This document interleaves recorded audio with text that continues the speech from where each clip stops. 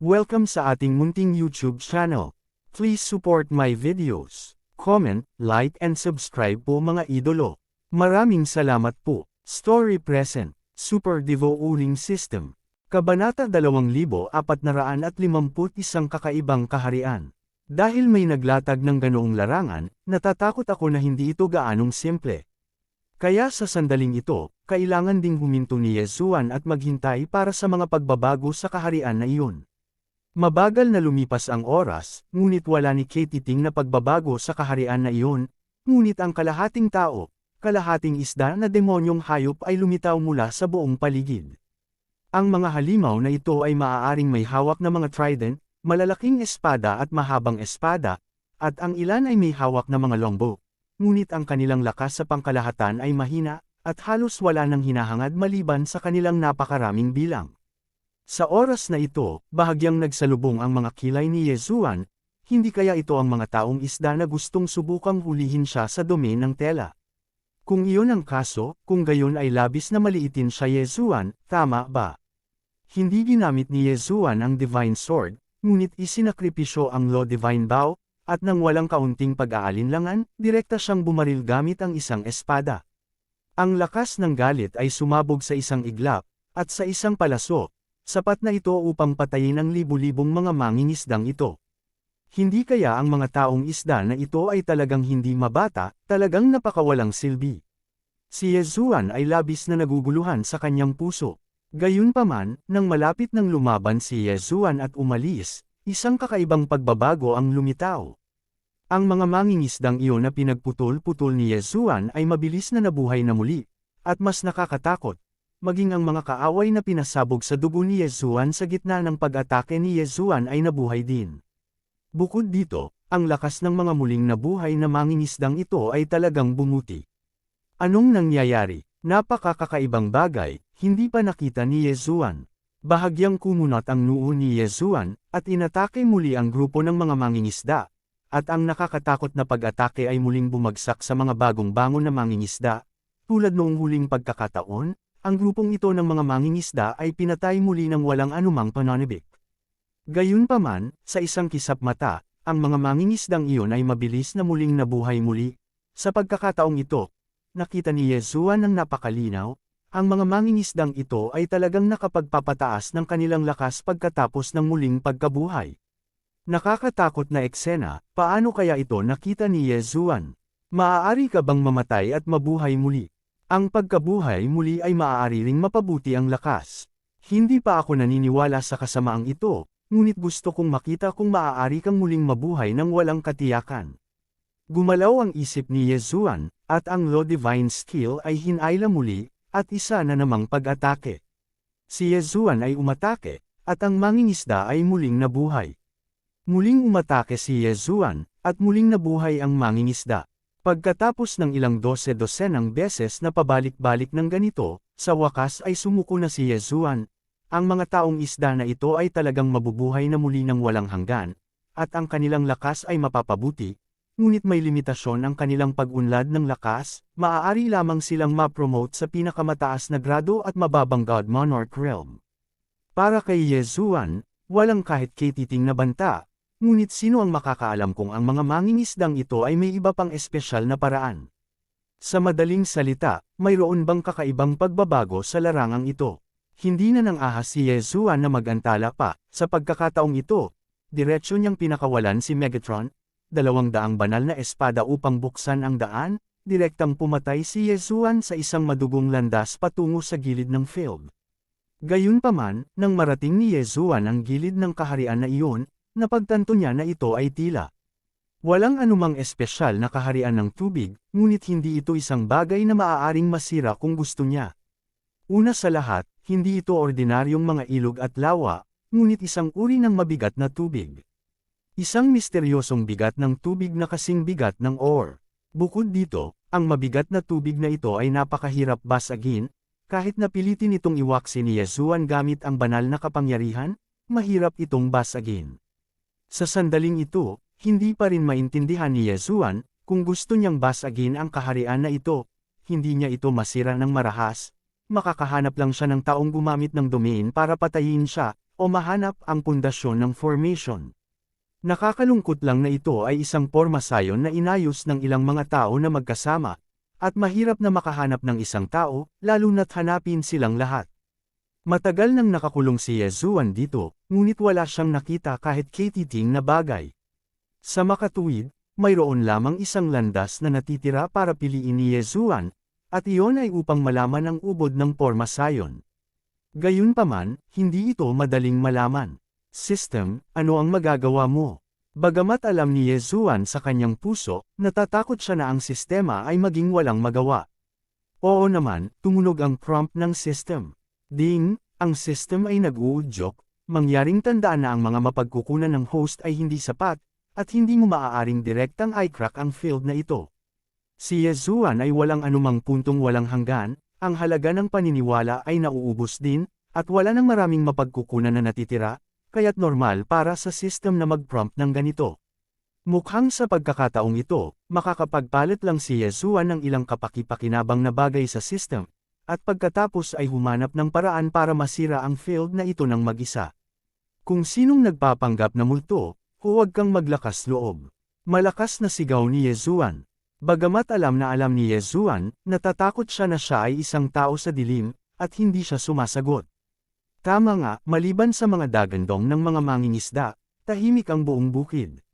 Mabilis na lumipad ang isip ni Yezuan, ngunit wala siyang mahanap na kakaiba.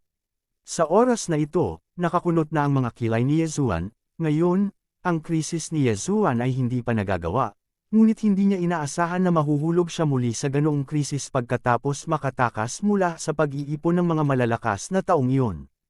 At ang pinakapangunahing dahilan ay dahil sa kakulangan ng lakas ni Yezuan.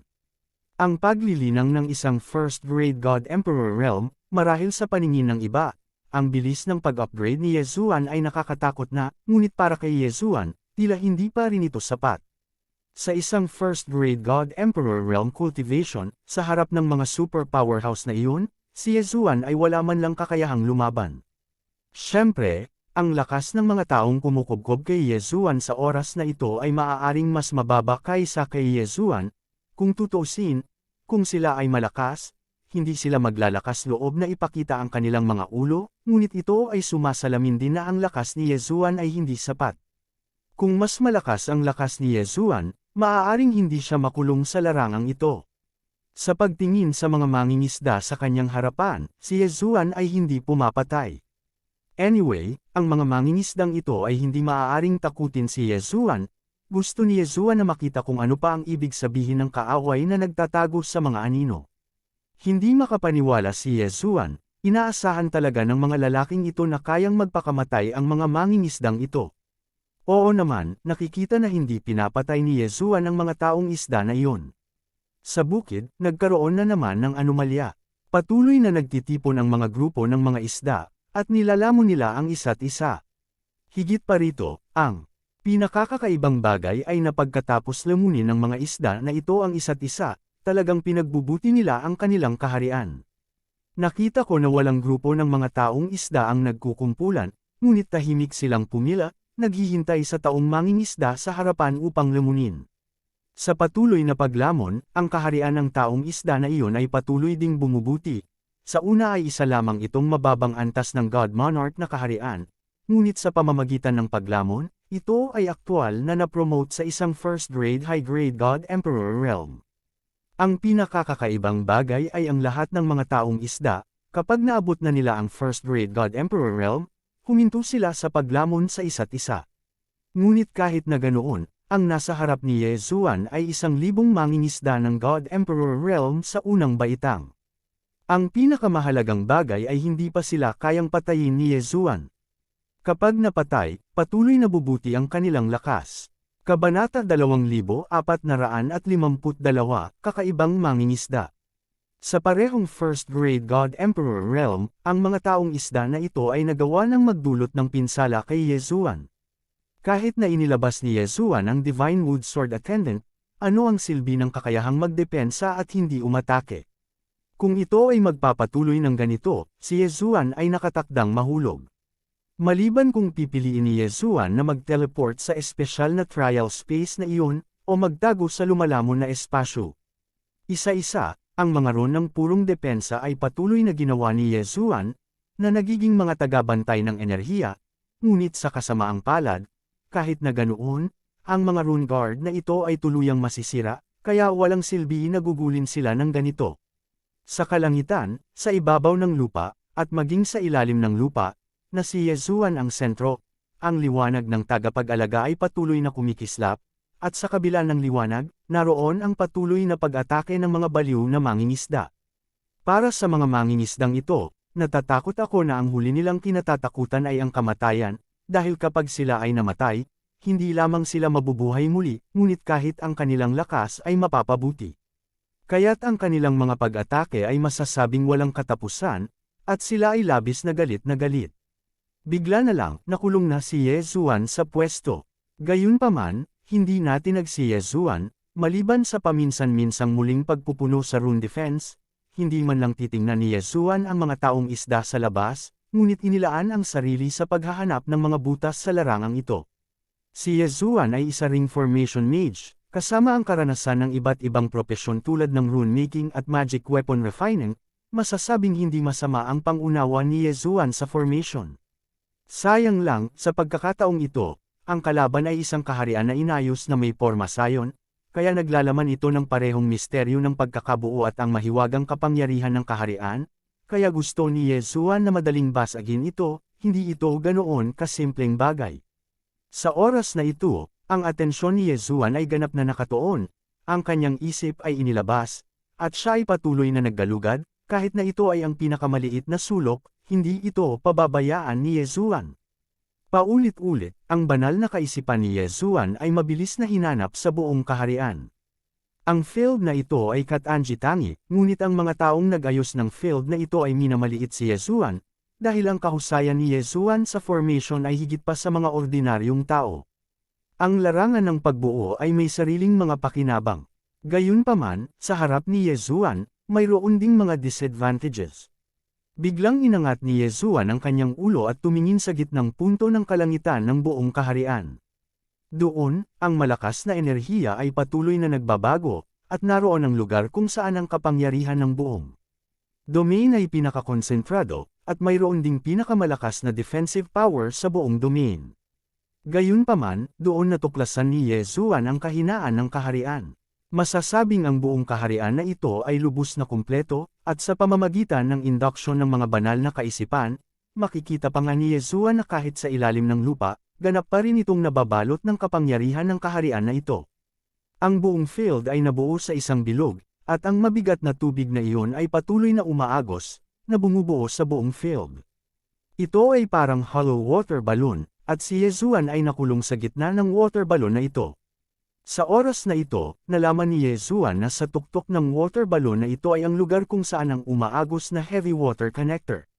Para kay Yezuan, iyon lang ang pagkakataong umalis. Ang lakas ng mabigat na tubig ay napakalakas, at sa lakas ng mabilis na pag-agos, imposible para kay Yezuan na puwersahang sumugod mula sa paligid. Mayroon lamang magkasanib na lugar, dahil sa epekto ng kapangyarihan ng tubig ng lahat ng panig, paminsan-minsan ay magkakaroon ng napakaliit na butas, at iyon ang pagkakataon ni Yezuan. Sa puso ni Yezuan, muli niyang pinagtibay na ang taong naglatag ng formation realm na ito ay hindi isang malakas na tao, pagkatapos ng lahat, gaano kalakas ang formation realm. At paano magkakaroon ng butas? Dahil may mga butas, iisa lamang ang paliwanag, iyon ay, ang mga kumokontrol sa larangan ng porma sayo na ito ay hindi sapat na malakas upang gawing perpektong ipinakita ang larangan ng porma sayo na ito. Siyempre, anuman ang dahilan, kahit isang bagay ang tiyak, iyon ay, dumating na ang pagkakataon ni Yezuan. Biglang tumalon, hindi nag-atubili si Yezuan, at direktang lumipad patungo sa posisyon ng gitnang punto. Kinokontrol ng Megatron ang Divine Sword upang palibutan ang tagiliran ni Yezuan, at ang Divine Wood Sword Attendant ay sumunod din ng malapit sa likod ni Yezuan. Gayunpaman, sa isang kisap mata, nakarating na si Yezuan sa posisyon ng gitnang punto, ngunit dahil nakita ni Yezuan na may butas sa gitnang puntong ito, paanong hindi alam ng kaaway ang tungkol dito. Kaya sa sandaling ito, mula sa tuktok ng pader ng tubig, hindi mabilang na mga galami ng tubig ang nakaunat, at sa sandaling lumitaw ang mga galami na iyon, hinampas nila si Yesuan, at maging ang ilan sa kanila ay direktang naging mahahabang espada ng tubig sa kalangitan at sumugod kay Yesuan. Sa isang iglap, ang buong kalangitan ay ganap na napapaligiran ng mga mabibigat na sandata ng tubig na ito, na masasabing napakakapal na wala kahit isang puwang, ngunit magkakaroon pa rin ng isang puwang sa pag-atake. Sa oras na ito, ang banal na pag-iisip ni Yesuan ay napatawag na sa pinakamataas, at ang buong figure ay patuloy na umiiwas ng mabilis. Siyempre, habang umiiwas, lumilipad pa rin siya patungo dito. Ang kapangyarihan ng walang katapusang teleportasyon ay ginawa sa sukdulan sa maliit na hanay ng mga dodge na ito, na parabang ang buong kalangitan ay natatakpan ng mga figure ni Yesuan. At habang lumilipad si Yesuan pataas, ang densidad ng pag-atake ay naging mas matindi. Obviously, medyo nagmamadali na ang kalaban. Ngunit kahit na ganoon, walang kinalaman kay Yesuan. Dodge, advance, dodge again, move forward again. Si Yesuan ay hindi napigilan, gaano man siya naharang sa harap, hinding-hindi titigil si Yesuan. Kinokontrol ni Megatron ang Divine Sword at ginamit na niya ang kanyang bilis sa sukdulan. Ang napakabilis na bilis ay nagbigay ng kapangyarihan sa Divine Sword na tumagos sa mabigat na tubig, at kasabay nito, nagawa rin itong harangan ang ilang kolom ng tubig para kay Yesuan na talagang wala siyang oras para umiwas. Baliin mo ako, biglang umungal si Yesuan, at ang buong tao ay sumugod na patungo sa gitnang punto. Tahimik, dirdiretsong lumabas si Yesuan mula sa water balloon. Nang mag-hover si Yesuan sa labas ng water balloon, nakita rin niya ang taong nag-ayos ng formation realm na ito sa pagtatangkang bitag siya. Nine-headed weird fish man. Higit pang pangit at kakaiba kaysa sa mga isda-tao sa bukid, ang 9 na ulo na isda man ay isang isda sa lahat maliban sa isang pares ng mga binti, at ang natitirang bahagi ng kanyang katawan ay isang isda lamang. Sabihin hindi sila nag-shapeshift, halatang hindi ganoon, dahil nakapagsanib puwersa sila para ayusin ang ganoong formation field, halatang may lakas silang mag-transform into shapes, kaya ang maipaliwanag lang ay mababa ang tingin nila sa mga anyo ng tao. Halos lahat ng naglilinang ng mga banal na hayop ay alam ang isang bagay. Ibig sabihin, ang humanoid na estado ay may malaking pagpapala para sa pangunawa at paggamit ng batas. Ang ontological na estado ng banal na hayop ay maaaring pinagpala sa iba't ibang aspeto tulad ng pangangatawan, lakas, at iba pa, ngunit kung nais mong mabilis na maunawaan ang batas at i-maximize ang kapangyarihan ng batas, kailangan mo pa ring magbago sa anyo ng tao. Imposibleng hindi ito alam ng mga mangingisdang ito na may 9 na ulo, ngunit bakit nila piniling mag-transform sa isang humanoid? Kahit na walang nagsabi kay Yesuan, alam ni Yesuan sa kanyang puso na kung ang 9 na ulo na mangingisdang ito ay magiging anyo ng tao at pagkatapos ay gagamitin ang formation realm na ito, kung gayon kung gusto ni Yesuan na lumabas, natatakot ako na hindi ito magiging simple. Sa makatuwid, sa ilang sandali, naging interesado si Yesuan sa halimaw na isda na may 9 na ulo. System, hayaan mong tuklasin ko itong mga halimaw na may 9 na ulo, gusto kong makita kung ano ang espesyal sa kanila. Inutusan ni Yesuan ang sistema dahil kinailangan ni Yesuan na aminin sa kanyang puso na ang formation field na ito na pinagsama-samang inayos ng 9 na ulo na halimaw na isda na ito ay talagang malakas, kaya kinailangan ni Yesuan na alamin ang kanilang mga pagkakakilanlan. Kabanata 2453, patuloy na tumakas. Kasabay ng utos ni Yesuan, mabilis ding tumunog ang prompt ng system. Ding, nag-prompt ang system, sa pagkakataong ito ay nakita ang 150,000 faith point ni Yesuan, maaari ko bang tanungin kung kumpirmahin ito ng host? 150,000 faith points. Bahagyang natigilan si Yesuan, hindi dahil sa kung gaano kalaki ang halaga ng pananampalataya, ngunit dahil sa pag-uudyok ng system. Mukhang ngayon, sa tuwing may kailangan si Yesuan na mag-scout, kailangan niya ng faith points. Kailan ito nagsimula, hindi pinansin ni Yesuan, ngunit nang bigla niya itong napansin ngayon, nalaman niya na sa tuwing gagamitin niya ang system para ma-detect dati, higit pa o mas kaunti, makakakonsumo ito ng ilang faith point. Ang mga faith point ay masasabing pinakamadaling makuha ni Yesuan. Kung ikukumpara sa eternal points, devouring points, at iba pa, ang halaga ng pananampalatayang ito ay tumataas lamang anumang oras, at ang pagtaas ay medyo malaki. At hanggat payag si Yezuan, pagkatapos makontrol ang bagong teritoryo, mas mabilis na tataas ang halaga ng paniniwala. Sa makatuwid, hindi kailanman binigyang pansin ni Yezuan ang halaga ng paniniwala, at naramdaman pa niya na ang sistema ng halaga ng pananampalataya na ito ay espesyal na itinayo upang ipagpalat sa iba pang mga punto, tulad ng mga walang hanggang punto, tulad ng mga nalalamon na punto. Ngunit ngayon ay tila hindi ito ang kaso sa lahat. Tila maraming gamit ang pananampalatayang ito, at napakamahal din ito. Sa pagdududa, sumang-ayon si Yezuan sa pagtuklas na ito. Ding, ang sistema ay nag-uudyok sa itinalagang target na galitin. Ang Divine Fish Clan, na isa sa mga subordinate na lahi ng Ancient Demon Fish Constellation, at may napakabigat na sama ng loob laban sa Terran, kapag nakatagpo nito ang Terran, tiyak na hindi ito mamamatay. Ding, ang Resentful Divine Fish Clan ay isang espesyal na pambihirang lahi, at natukoy na mayroong opsyonal na gawain, isang bihirang taga-tipo ng lahi. Agarang misyon, Rare Race Collector, mga kinakailangan sa misyon, humanap ng angkop na espasyo para mangolekta ng lahat ng uri ng mga bihirang karera na nakakalat sa banal na kaharian, at i-domesticate ang mga ito. Opsyonal ang mga quest, walang parusa para sa kabiguan, at mabubuksan ang mga espesyal na chest kapag nakakolekta ka ng partikular na halaga. Pangungulekta ng mga gawain, at walang parusa, kung gayon ay tiyak na gagawin ito ni Yezuan, pagkatapos ng lahat, para sa ibang mga tao, ang espesyal na espasyong ito ay hindi madaling hanapin, ngunit si Yezuan ay may dalang isang lumalamon na espasyo kasama niya, na naghahati ng ilang mga lugar, ito ay hindi bagay sa lahat. Siyempre, dahil ang gawain ito ay isang gawain sa pagkolekta ng grupo, kung gayon natatakot ako na ang isang pambihirang lahi ay mangangailangan man lang kay Yezuan upang mangolekta ng isang lalaki at isang babaeng may dalawang ulo na banal na hayop. Hindi nagatubili si Yezuan, at direktang nagpasya na tanggapin ang gawain. Ang lakas ng 9 na ulo na halimaw na isda na ito ay talagang hindi malakas, kapag ang kanilang formation domain ay *** ni Yezuan, masasabing wala na talagang banta. Bilang karagdagan, nang marinig ni Yezuan ang system prompt, alam niya na ang kakaibang isda na ito ay babarilan hanggat nakikita niya ang sangkatauhan, at hindi siya masyadong nag-aalala na ito ay habulin ng treasure hunting team. Kaya sa sandaling ito, muling tinanong ni Yezuan ang system, bakit kailangan kong ubusin ang mga faith point kapag gumagamit ako ng detection ngayon?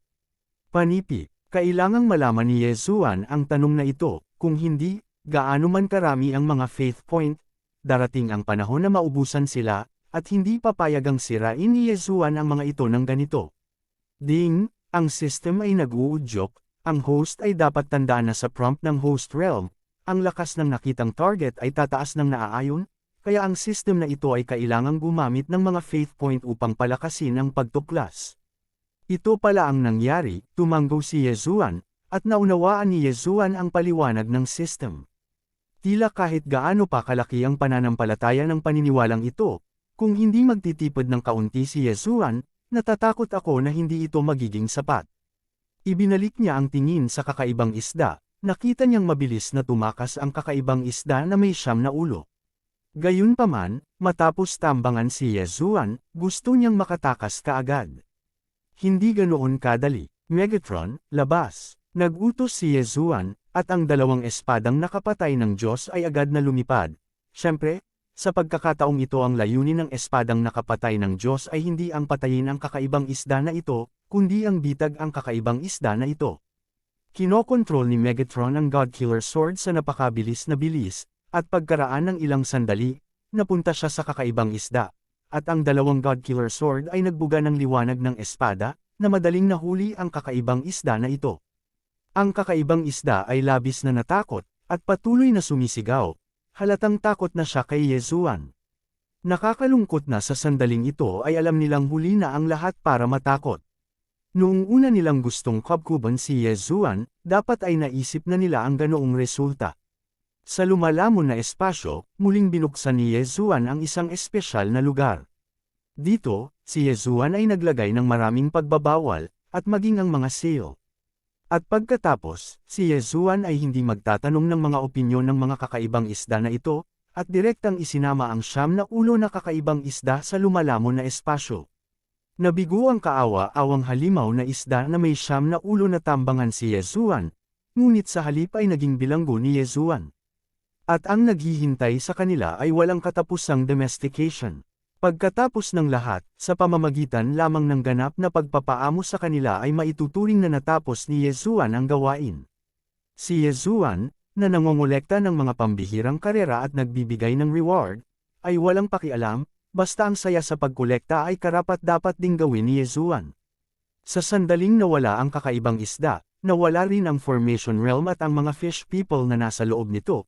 Malinaw naman, ang mga iyon ay tinawag ng mga kakaibang isda na may 9 na ulo.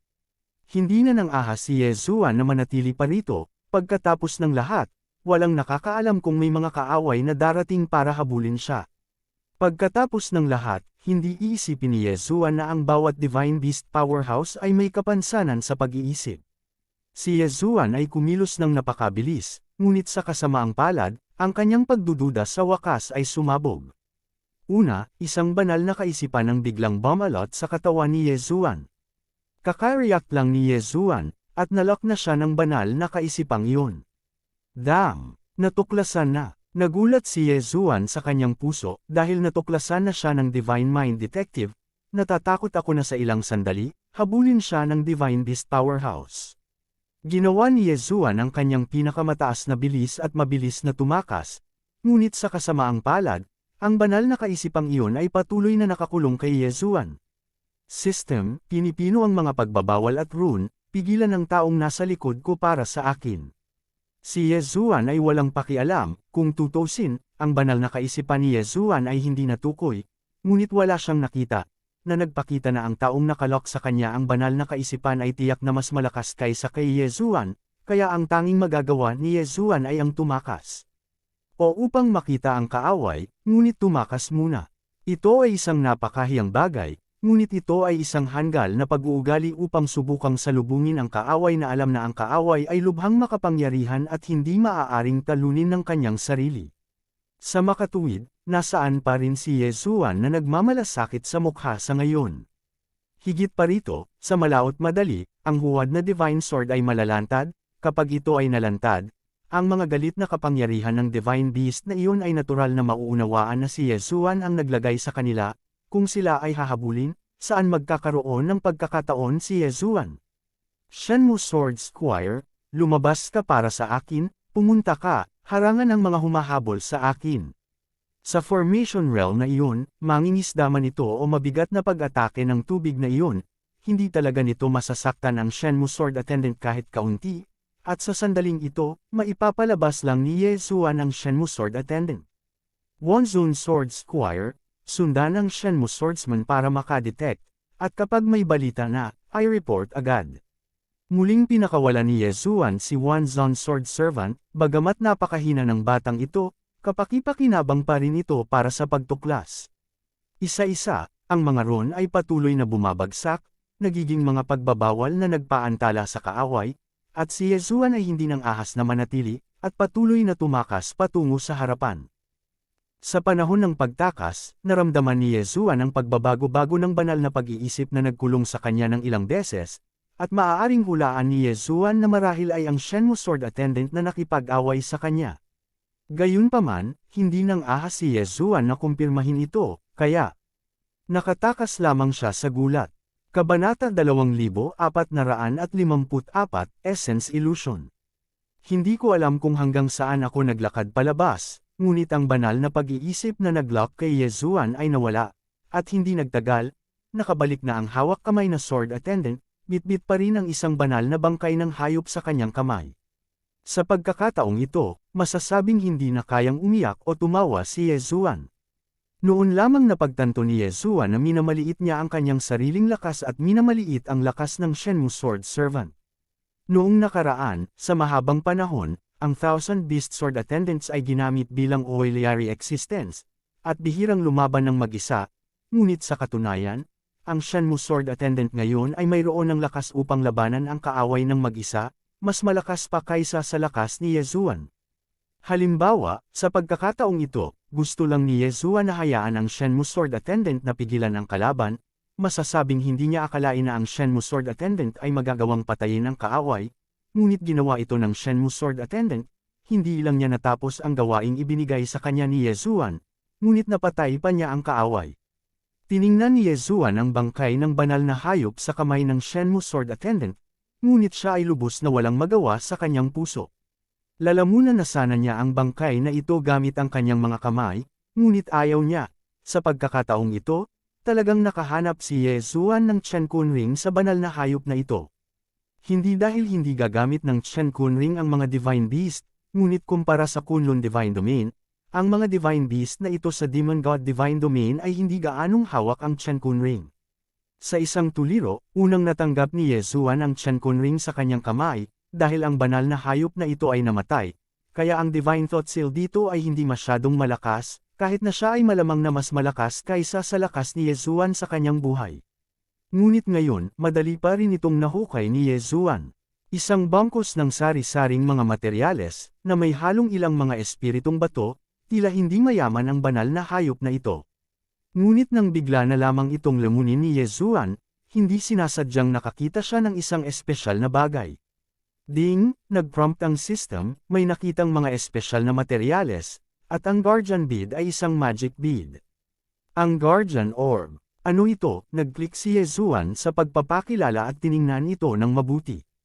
Ang Guardian Orb, isang teleportation bead para sa pagpasok sa isang itinalagang secret realm, kung saan maaari kang mag-teleport sa itinalagang fantasy realm. Teka, ilusyon, lihim na kaharian. Natarante si Yezuan, at agad na nag-click sa impormasyon ng ilusyon. Ang ilusyon ay isang uri ng lihim na kaharian, ngunit ito ay hindi isang regular na lihim na kaharian, ngunit ito ay nakatago sa pamamagitan ng isang espesyal na pamamaraan bilang isang materyal na imbakan o iba pang espesyal na layunin.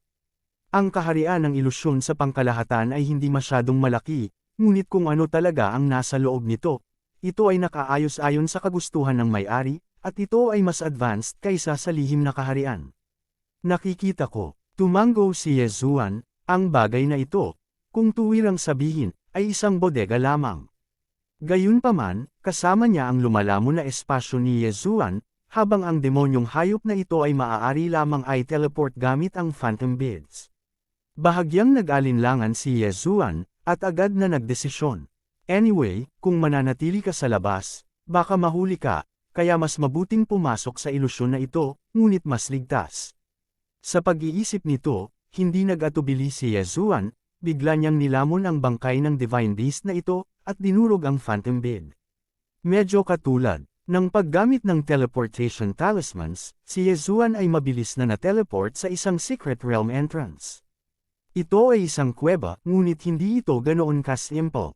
Oo nga, nang si Yezuan ay lumakad patungo dito, nalaman niyang pababa na siya, ngunit sa mata ng kuweba, kahit na ito ay nakita ng mga banal na pag-iisip, ang tanging nakikita niya ay isang patag na daan, at nang lumingon si Yezuan upang tingnan ang kanyang mga paa, nakita niyang may mahinang liwanag sa kanyang katawan. Ilusyon ng substansya. Ang kuweba na ito ay naging isang lugar kung saan tinatakan ang kakanyahan ng ilusyon. Ang paliwanag ng ilusyon ng kakanyahan ay talagang simple.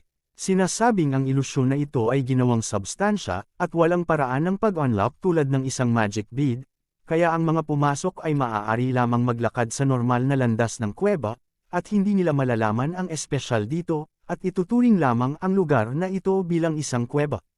Gayunpaman, sa Phantom Orb, ang mga papasok ay hihilahin ng kapangyarihan ng Phantom Orb, masira ang isang bagong landas, at pagkatapos ay pupunta sa ilalim ng lupa. Si Yezuan ay walang anumang pagdududa at nagpatuloy sa paglalakad. Hindi ko alam kung gaano katagal akong naglakad, sa wakas ay nagliwanag ang mga mata ni Yezuan, at kasabay nito, narinig ko na ang tunog ng pagkiliti ng tubig sa aking mga tainga. Sa di kalayuan, maririnig ang ilang maingay na tunog ng unggoy. Maaaring ito ay isang unggoy na kuweba. Gayunpaman, naalala ni Yezuan na ang Divine Beast na pinatay ng Shenmue Sword Servant ay hindi isang unggoy. Anong nangyayari? O kaya'y ang Divine Beast ay nakakuha lamang ng gayong magic bead, at ang lihim na kaharian na ito ay hindi pag-aari, ngunit katumbas lamang ng isang imbitasyon, para lamang gawin siyang karapat-dapat na makapasok. Siyempre, ang Divine Beast ay patay na, kaya hindi makumpirma ni Yezuan ang anuman. Ang lihim na kaharian na ito ay hindi masyadong malaki, at ang lakas ng mga unggoy sa loob nito ay hindi malakas, ang banal na pag-iisip ni Yesuan ay nakita na ang buong lihim na kaharian sa isang pagwawalis lamang. Maliban sa isang set ng battle armor at isang malaking espada sa gitna, mayroon lamang isang lapida na karapat-dapat sa atensyon ni Yesuan. Dakilang karunungan, dakilang martial ancestor, libingan ng makalangit na Diyos na unggoy. Ang lihim na kaharian na ito ay naging isang sementeryo. Matapos gawin ito ng mahabang panahon, dumating si Yesuan sa sementeryo ng ninuno ng unggoy. Sitrit, squeak, ano ka ba? Biglang, isang maliit na unggoy ang tumalon sa harap ni Yesuan, kumurap ang kanyang mga mata, at nagtanong kay Yesuan. Napakalinaw ng mga mata ng maliit na unggoy, at wala siyang kahit ketiting na puot kay Yesuan, kaya natural na hindi siya papatayin ni Yesuan nang hindi makatwiran, ngunit casual na sumagot, ako si Yesuan. Panipi, Yesuan, squeak, hindi ko pa narinig. Squeak, anong ginagawa mo dito? Para ba sa basbas ng unang magulang? Primogenitor, ito na naman ang ninuno. Sa Demon God Domain, ang pinakamahiwaga ay ang kapangyarihan ng mga ninuno. At ang pinakakaraniwan, ito rin ang kapangyarihan ng mga ninuno, na masasabing nasa lahat ng dako. Sa hindi inaasahang pagkakataon, may nabanggit na biyaya ng mga ninuno dito. Bahagyang sumimangot si Yesuan, ngunit hindi siya tumanggi, ngunit nagtanong, paano mo nalaman? Panipi, tilirit, tili, simula nang pumunta ka rito, hindi para sa basbas ng ninuno, ano pa ang magagawa mo, kaya na, ihahatid na kita sa ninuno lolo. Lolo, ewan ko lang kung lungkot at galit ba ang sinasabi nitong tinaguri ang lolo, o ang pangalan.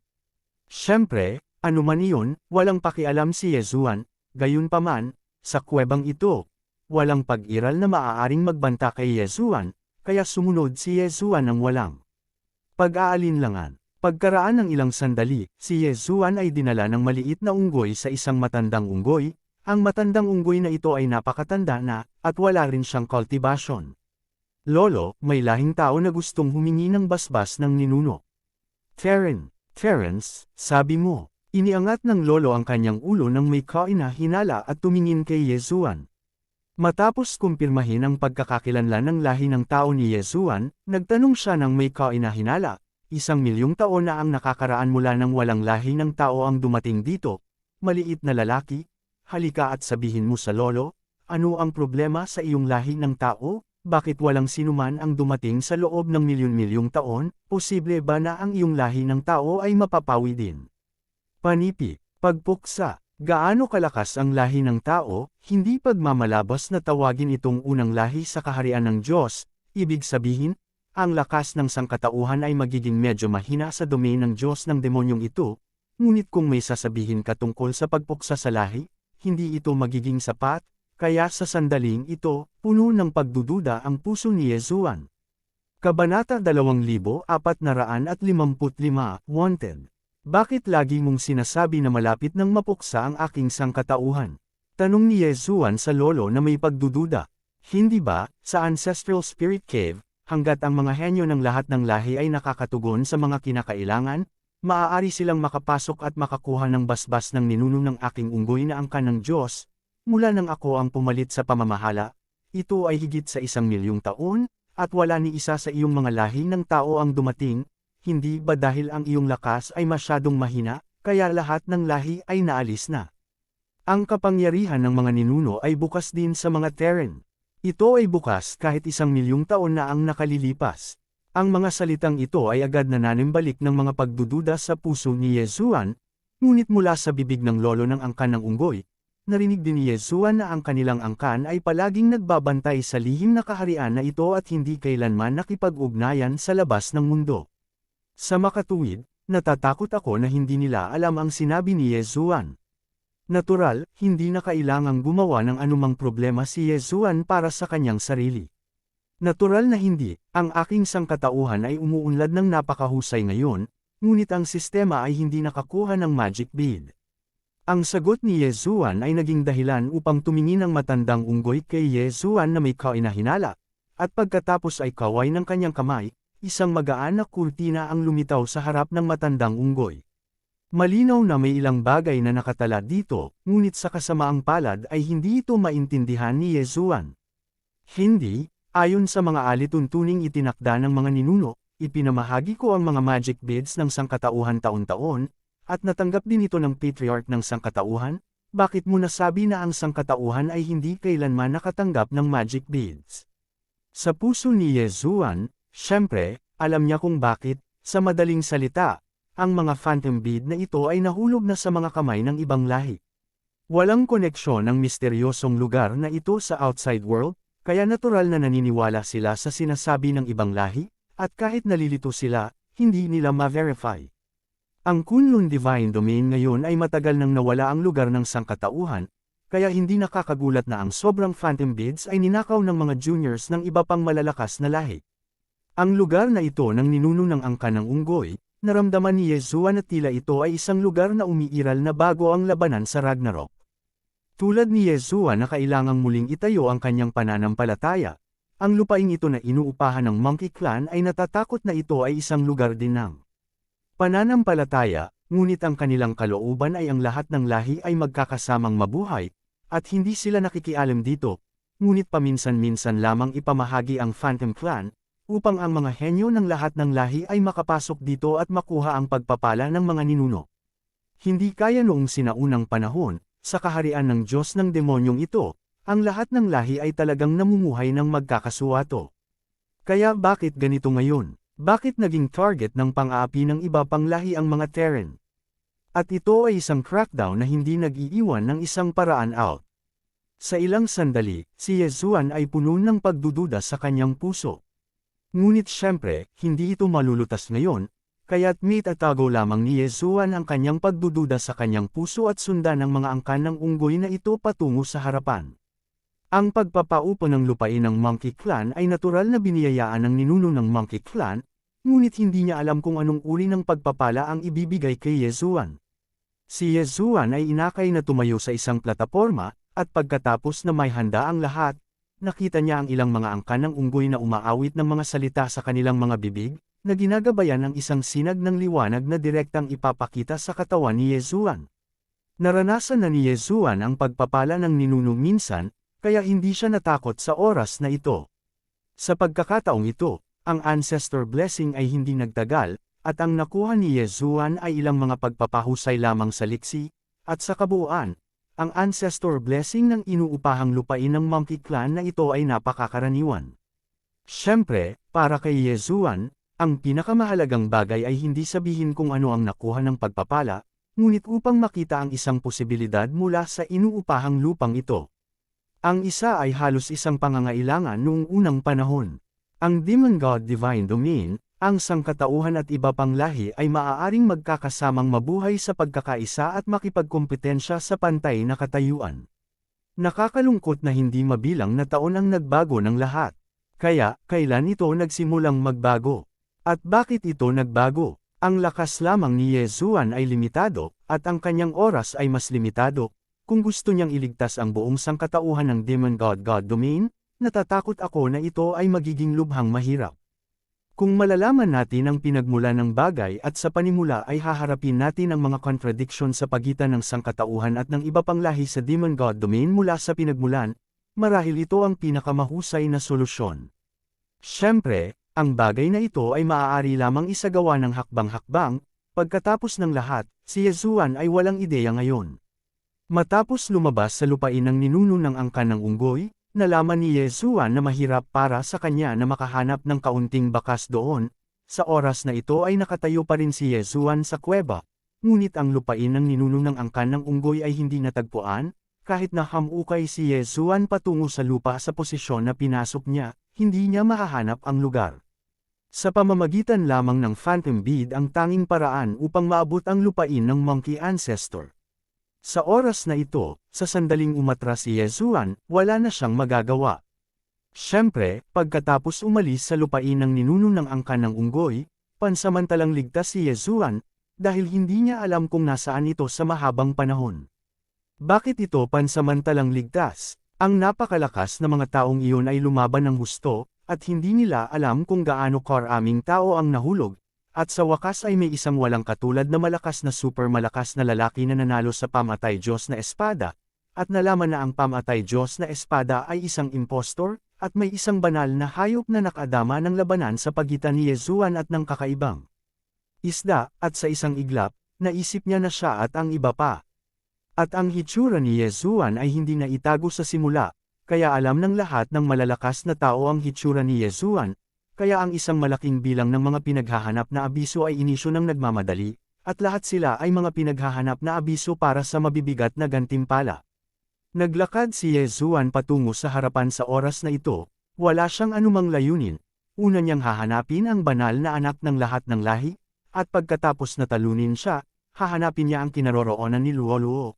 Ngunit sa oras na ito, alam ni Yesuan na kapag nahanap na ng mga napakalakas na tao ang huwad na Divine Sword Killer, tiyak na hindi nila siya pakakawalan. Sa makatuwid, hindi ako nang ahas na gumawa ng gulo ng madali. Kahit na gusto mong hanapin ang banal na anak para magtanong, imposibleng magtanong sa puntong ito ng panahon. Sa panahong ito, minabuti ni Yesuan na maging mahinahon. Siyempre, ito ay dahil din sa hindi alam ni Yesuan na ang wanted warrant para sa paghabol sa kanya ay inilabas na, kung hindi na kailangang magtago si Yesuan ng ganito. Inabot ng 2 araw para sa wakas ay nakahanap si Yesuan ng isang lungsod. Ang mga banal na hayop ay bihirang bumuo ng mga lungsod, at kahit nagawin nila, hindi sila kasing laki ng mga lungsod na itinatag ng lahi ng tao ng Kunlun Divine Domain. At masasabing ang bawat lungsod ay medyo natatangi. Halimbawa, ang lungsod na nakita ni Yesuan ngayon. Ang lungsod na ito ay isang lungsod na itinatag ng isang grupo ng mga tao na tinatawag na Ant Clan, na medyo espesyal din, mayroon silang malinaw na dibisyon ng sistema ng paggawa na katulad ng sa mga langgam, at ang panloob na istruktura ng organisasyon ay napakahigpit, ngunit ito ay napakalaki, at hindi ito matatawag na langgam. Masasabi lamang na ito ay isang espesyal na grupo na natutunan ng istruktura ng organisasyon ng mga langgam. Ayon sa alamat, ang angkan ng langgam na ito ay hindi lahi ng mga Diyos, ngunit nagmula sa isang misteryosong lugar. Kaya lang, walang paraan para patunayan ang alamat na ito, kahit hindi alam ng Ant Clan ang tungkol dito, kaya masasabi at matatapos lang ang alamat na ito. Nang pumasok si Yesuan sa lungsod na ito, ang naramdaman niya ay depresyon. Ang anyo nitong tribong langgam ay katulad ng lahi ng tao, na may 2 paa, 4 na braso, at mukha na halos katulad ng sa tao, ngunit walang buhok sa tuktok ng ulo, ngunit 2 kakaibang galami, syempre, marami silang gamit. Kung tungkol sa katawan, ito ay nahahati sa 3 seksyon, at ito ay natatakpan ng kaliskis na baluti, ngunit sa mga tuntunin ng hitsura, ito ay katulad ng isang langgam. Natatakot ako na ito rin ang pinagmulan ng pangalan ng Hang Ant Clan. Ito ang ika-6 na kabanata ngayon, salamat sa iyong suporta. Kabanata 2456, 7 gabi ng dugo. Ang dahilan kung bakit nalungkot si Yesuan ay tiyak dahil sa lungsod na ito ay masyadong mahigpit, masasabing dito, maliban sa mga tagalabas, hanggat sila ay mula sa Ant Clan, bawat isa sa kanila ay may malinaw na dibisyon ng paggawa at may kanya-kanyang gawain. Sa oras na ito, naglalakad si Yesuan patungo sa gate ng lungsod. Sa gate ng lungsod, mayroong isang hanay ng mga gwardya ng Hong Ant Clan. Ang mga gwardya na ito ay nakapila sa isang maayos na pila, kaya ang bawat paggalaw ay halos pareho, mula sa langit hanggang sa lupa, mayroong kabuoang 6 na layer, at mayroong 12 bantay sa bawat palapag. Gayunpaman, ang mga gwardya na ito ay hindi magkakaroon ng kahit kaunting paglihis sa anggulo ng malaking espada sa kanilang mga kamay. Sa sandaling pumasok si Yesuan sa gate ng lungsod, ang ipinagbabawal na air ban ay agad na isinaaktibo, kaya't ang lahat ay kailangang bumagsak sa lupa. Nang walang kinikilingan, at ang posisyon kung saan sila nahulog ay nagkataong nasa Ern City. Sa Ern City, sinusuri ng isang platoon ng mga gwardya ang pagkakakilanlan ng lahat ng pumasok sa lungsod, kung ano ang tinitingnan nito, hindi alam ni Yesuan. At nang pumasok si Yesuan sa lungsod, ang nakita niya ay isang kakaibang eksena. Bawat miyembro ng Hong Ant Clan, kahit na naglalakad sa isang maayos na pila. Nanlumo, labis na nalulumbay, ang lungsod na ito ay puno ng depresyon sa lahat ng dako, at walang pakiramdam ng kaguluhan sa buong lungsod. Ito ang kaharian ng mga Diyos. Ang malakas ay iginagalang, at ang lakas ay kumakatawan sa lahat ng mga banal na kaharian, ngunit tila ang universal na batas na ito ay hindi na naaangkop dito, at lahat ng mga tuntunin dito ay hindi na gumagana. Nakita ito ni Yeshua ng sarili niyang mga mata, at nakita niya ito ng higit sa isang beses, na ang malalakas na tao na nakapasok sa God King realm ay nakahanay sa ilang maliliit na karakter na maaaring mabuga ng hininga ng kanyang hininga. Siyempre, pagkatapos ng lahat, ito ang tradisyon ng Hong-An clan, at wala itong kinalaman kay Yeshuan. Sa lungsod na ito, mayroong isang lugar na espesyal na hinati para tumanggap ng mga tagalabas, at maaari lamang pumunta dito si Yeshuan, dahil bukod pa sa lugar na ito, kahit saan pa, kapag may nabasag ng hindi sinasadya, magalang silang hihilingin na umalis. Nang pumasok si Yeshuan sa espesyal na lugar na ito, medyo gamaan ang pakiramdam niya. Wala talagang layunin si Yeshuan dito, dahil lang sa napadaan siya dito. Kaya sa sandaling ito, nakahanap na lang si Yeshuan ng isang restaurant at pumasok. Isang bisitang opisyal, pakiusap sa itaas. Tumango si Yeshuan, at dumiretso sa itaas. Ang nagbukas ng tindahan sa lugar na ito ay hindi miyembro ng Ant Clan. Kung ito ay Ant Clan, natatakot ako na hindi siya sumigaw ng ganito. Nang makakita ng random na posisyon, kinuha ni Yeshuan ang Divine Sword sa kanyang kamay at tiningnan ito ng mabuti. Pagkatapos ng lahat, pagkatapos na palakasin ang Divine Sword, hindi na nagkaroon ng panahon si Yeshuan para tumingin pa. Sa oras na ito, ang hitsura ng Divine Sword ay nagbago ng malaki, ngunit maaari pa rin itong payagan si Yeshuan na makita ang orihinal na anyo ng Divine Sword. Sa panahong ito, napakatalino ng espada ng pagpatay sa mga Diyos, at masasabing kahit ang mga taong walang mata ay nakikita ang Katanji tanging espada ng pagpatay sa mga Diyos. At hindi maiiwasan, may mga taong may iba't ibang puso. Sa oras na ito, mayroong isang grupo ng mga tao na lihim na nakikipag-usap sa lihim na pamamaraan ng paghahatid ng tunog, ngunit halatang sobrang inggit sila, hindi lamang dahil sa lakas ni Yeshuan, kundi dahil din sa dahilan kung bakit ito ang teritoryo ng Hong-An clan. Casual na umorder si Yeshuan ng pagkain at naghanda na magpahinga dito. Pagkatapos ng lahat, medyo pagod pa si Yeshuan mula sa nakakatakot na daan sa pagtakas sa unahan. Sa makatuwid, hindi may iwasang i-relax ni Yeshuan ang kanyang pagbabantay sa sandaling ito, at hindi niya napansin ang mga galaw ng mga taong iyon sa oras. Sa sandaling ito, si Yeshuan ay nasa kanyang pwesto pa rin, nakaupo, hindi namalayan na may darating na panganib. Ang isang bisita sa restaurant ay nagmamadaling tumakbo palabas, at maya-maya, isang transmission note ang lumipad palabas.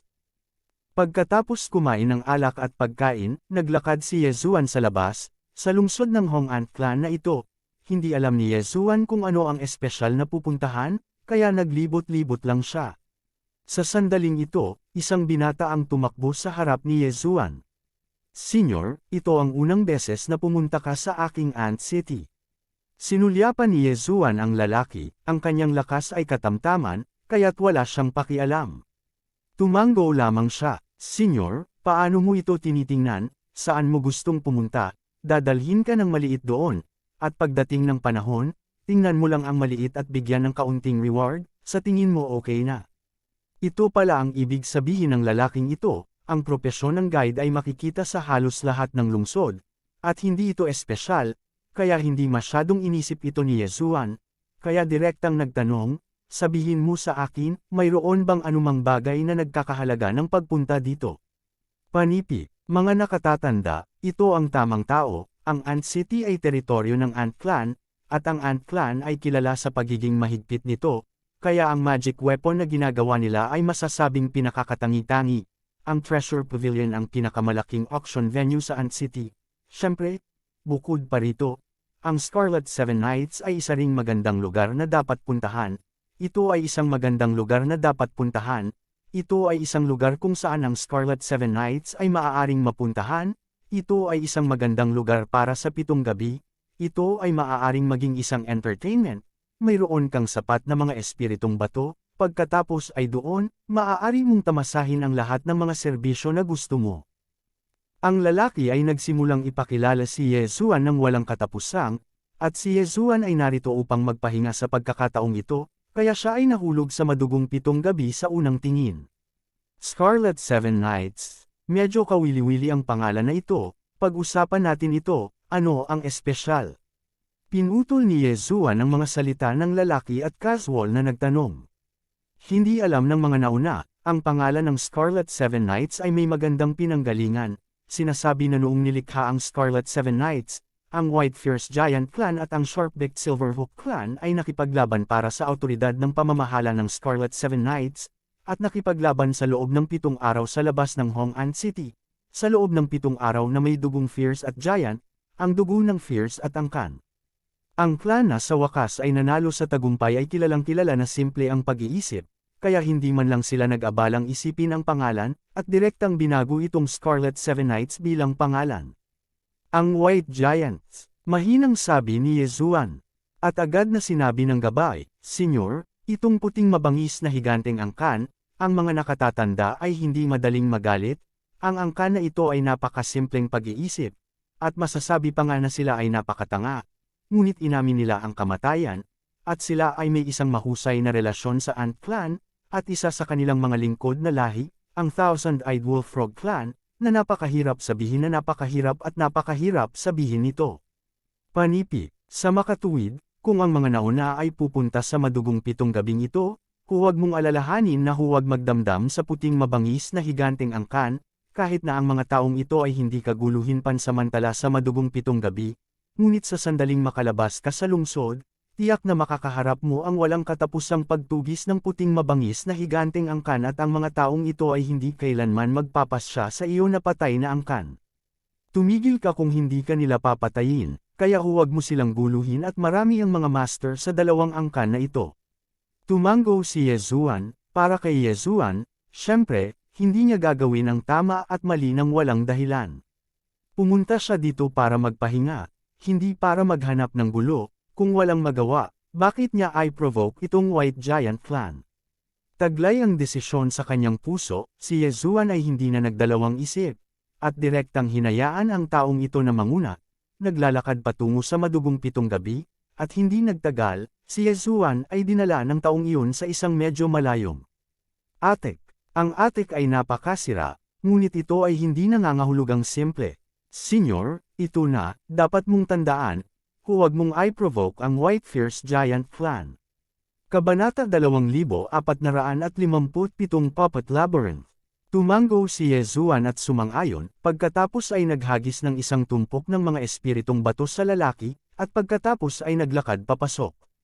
Walang mga panuntunan sa pagpasok para sa Scarlet Seven Knights, hanggat gusto mong pumasok at maglaro, kahit sino ay maaari, ngunit kung gusto mong pumasok sa totoong Scarlet Seven Knights Secret Realm, hindi ito ganoon ka-simple. Halos walang tao sa madugong 7 gabi sa paligid. Kung tutuusin, ang mga taong maaaring pumunta dito ay para sa espesyal sa lihim na kaharian. Hindi nagtagal pagkatapos pumasok si Yezuan, isang waiter ang lumapit kay Yezuan. Hello, guest, first time mo bang bumisita sa amin para sa Bloody Seven Nights? Ang hitsura ng waiter ay napakakaiba, na may ulo ng lobo, ngunit ang katawan ng isang toro, at ang mga mata, ito ay dapat na ang subsidiary na lahi ng puting higanteng angkan, ang libu-libong mata na lobo na angkan ng Poloka. Naisip ni Yezuan sa kanyang sarili, ang pangalan ng Thousand-Eyed Wolf Frog Clan ay medyo kahanga-hanga. Hindi ba ang tambalang mata ay parang 1,000 mata? At ang lobo ulo Poloka katawan ay hindi lobo Poloka. Siyempre, ang tingin ni Yezuan ay hindi nanatili sa Thousand-Eyed Wolf Frog waiter ng masyadong matagal, ngunit sinabing, ito ang unang pagkakataon ko rito. Ito pala ang kaso, saka ang guest officer, pakisamahan ng maliit na mag-apply para sa Identity Rune. Identity Rune, ano yun? Kaina-hinalang tanong ni Yezuan. Nako, ewan ko ba, sa madugong 7 gabi ko, may kabuuang 7 entertainment area, at bawat lugar ay may kaukulang identification rune. Ang paraan para mahawakan ito ay napakasimple, kailangan mo lang ipakita ang iyong kayamanan, at ang opisyal ng panauhin ay sadyang nakatitiyak na ang aking reputasyon para sa 7 gabi ng dugo ay perpekto, at masasabing ito ay aming panauhin, at tiyak na protektahan ka namin. Bagamat hindi malakas ang mga katulong ng Thousand-Eyed Wolf Frog Race, ang kanilang tono ay hindi mapagpakumbaba o mayabang. Obviously, natatakot ako na may ilang malalakas na tao ang madalas pumunta dito. Para kay Yezuan, ang paglilinang ng mataas na antas ng Diyos na kaharian ng emperador, natatakot ako na sa madugong 7 gabing ito ay mabibilang lamang bilang gitna at mataas na lakas. Dahil siya ay narito para sa paglilibang, si Yezuan ay natural na hindi mag-udyok sa tama at mali, at direktang sinundan ng 1,000 matang lobo na polokas sa kabilang panig. Hindi nagtagal, na proseso ang identification rune ni Yezuan. 1,000,000 spirit stone lang ang ipinakita ni Yezuan at nakakuha ng permiso sa una at ikalawang antas ng mga lugar. Pagkatapos ng lahat, si Yezuan ay nagre-relax lang, ngunit hindi siya masyadong nag-i-entertain dito. Matapos maproseso ang identity rune, direktang binati si Yezuan sa isang teleportation formation, at narito ang pasukan sa Bloody Seven Knights Secret Realm. Gayunpaman, nang pumasok si Yezuan sa first level area, napagtanto niya kung gaano ka-extra ang Bloody Seven Knights na ito. Ang pinasok ni Yezuan ngayon ay ang pinakapangunahing lugar sa unang antas, ngunit ito ay sumasakop sa isang lugar na katumbas ng isang kaharian, at mayroong hindi mabilang na mga pavilion at pavilion. Bawat taong papasok ay itatalaga sa isang palasyo. Sa bulwagan, mayroon lamang 1,000 katulong. Siyempre, ang buwan ng halaga ng 100,000 spirit stone ay hindi isang bagay na madaling tanggapin ng mga ordinaryong tao. Siyempre, kung may gustong magdagdag ng 1,000,000 espiritual na bato, kung gayon ang buhay ng libong lingkod na ito ay maaaring ibigay sa Panginoon. Ang mga tagapaglingkod na ito ay espesyal na nilinang ng Scarlet Seven Knights. Pagkatapos ng lahat, isa rin sila sa mga subordinate na lahi ng Scarlet Seven Knights, at bawat isa sa kanila ay kumuha ng yanyandan na pino sa Scarlet Seven Knights. Ang zuyandan na ito ay hindi lamang para gawing maganda at guwapo ang mga katulong na ito, kundi isang paraan din ng kontrol. Masasabing lahat ng mga lingkod ng Bloody Seven Knights ay walang paraan para makaalis sa lihim na kaharian na ito. Sa sandaling umalis sila, ang naghihintay sa kanila ay isang pasabog na katawan mamatay. Siyempre, hanggat nagbabayad ka ng kaukulang presyo, kahit na gusto mo ng mga tagapaglingkod ng anumang lahi, makukuha sila ng Bloody Seven Knights. Walang pakialam si Yezuan Ding sa mga tagapaglingkod na ito. Matapos tanggapin ang sarili niyang bulwagan, lumabas si Yezuan. Sa Bloody Seven Knights, lahat ng mga katulong ay nakasuot ng unipormeng damit. Siyempre, sa pangunahing bulwagan, maaaring gawin ng master ang mga tagapaglingkod na magpalat ng kanilang mga paboritong damit ayon sa kanilang sariling mga kagustuhan. Habang nasa labas, nakauniporme lang silang damit. Ang dahilan nito ay upang mapadali ang pagkakakilanlan ng mga pagkakakilanlan. Sa madaling salita, hanggat hindi isang tao ang nakasuot ng kasuotan ng katulong, dapat na ito ay panauhin. Kaya, ito ay walang alinlangan na kailangan para sa bawat entertainment venue, at pareho rin ito sa Bloody Seven Knights. Bukod dito, maaari ka ring magkasundo sa mga taya ayon sa iyong sariling kagustuhan. Sa oras na ito, pumasok si Yezuan sa isang kasino na tinatawag na Jubaoshuan. Ang Jubaoshuan ay napakalaki, at mayroong maraming mga trick upang laruin ito. Bilang karagdagan sa mga regular na dice, Pai-Go, at iba pa, mayroon ding maraming mga tao na gumawa ng mga bagong paraan upang maglaro. Gayunpaman, hanggat gusto mo, maaari kang tumaya sa anumang gusto mo. Sa oras na ito, nakatayo si Yezuan sa isang mesa ng pagsusugal. Binuksan ng bookmaker ang mesa ng pagsusugal dito, na naging dahilan para maging kawili-wili rin ito kay Yezuan. Ang taong ito ay talagang gumawa ng ilang mini labyrinth. Mayroong ilang mga puppet sa labyrinth na ito, at ang mga kinakailangan ng talahanayan ng pagtaya ay napakasimple din. Kung sino man ang makakakontrol sa sarili nilang minifigure at mauna sa dulo, kahit manalo sila, lahat ng taya sa larong iyon ay sa kanila. Ang dealer na ito ay hindi makikilahok sa taya ng personal. Pagkatapos ng lahat, ginawa niya ang maze. Natatakot ako na kung gusto niyang sumali, walang gustong makipaglaro sa kanya. At upang himukin ang kontrabida, maaari mo lamang gamitin ang banal na kahulugan, kaya ang mga kinakailangan para sa banayad na kontrol ng banal na kahulugan ay napakataas. Ang labyrinth ay nagbabago anumang oras nang walang anumang mga patakaran. Ayon sa dealer, ang kanyang labyrinth ay naglalaman ng kabuuang 9,999 na uri ng mga random na pagbabago, at ito ay nagpapatuloy pa rin anumang oras. Kaya't sa ganitong paraan, kasabay nito, sinusubok din nito ang antas ng kahusayan ng mga manunugaw sa porma sayon. Masasabing kung nais mong manalo, hindi lamang dapat magkaroon ng tiyak na pundasyon ng pagbuo, kundi magkaroon din ng napakalakas na espiritual na kahulugan. Ang nakita ni Yesuan, karamihan sa mga tao sa paligid dito ay array masters. Dahil sa mesang ito sa pagsusugal, ang array masters lang ang maglalakas loob na humamon. Kung nagbago ka ng ibang tao, kahit na ang iyong espiritual na kahulugan ay napakalakas at hindi mo naiintindihan ang paraan ng pagbuo, maaari ka lamang makulong dito. Tuldok, tuldok, tuldok. Halika, halika, tumaya, tumaya. 10,000 mga espiritong bato, 9 na posisyon, sino pa ang nag-sign? Nagsimula ang isa pang round ng bagong pagsusugal. Si Yesuan ay nanood ng laro at nagkaroon ng ideya na subukan ito. Sa oras na ito, itinapon niya ang 10,000 espiritong bato at tumayo sa tabi ng isang papel. May bagong lalaki, hindi pa kita nakikita. Sa tabi ni Yesuan, isang divine beast ang tumingin kay Yesuan at nakangiting sinabi. Bahagyang ngumiti din si Yesuan, at mahinang nagsabi, ngayon lang ako dumating. Haha, newbie, kailangan mong mag-ingat. Ang puppet maze na ito ay hindi kasing simple ng iniisip mo. Hindi madali si Jane, malalaman mo lang kung susubukan mo. Bahagyang sinabi ni Yesuan, sa katunayan, sigurado si Yesuan sa kanyang sarili. Sa anumang kaso, si Yesuan ay isa ring salamangkero, at isang restrainer. Mas malakas siya kaysa sa mga simpleng salamangkero na ito, kaya siguradong matatalo sila ni Yesuan.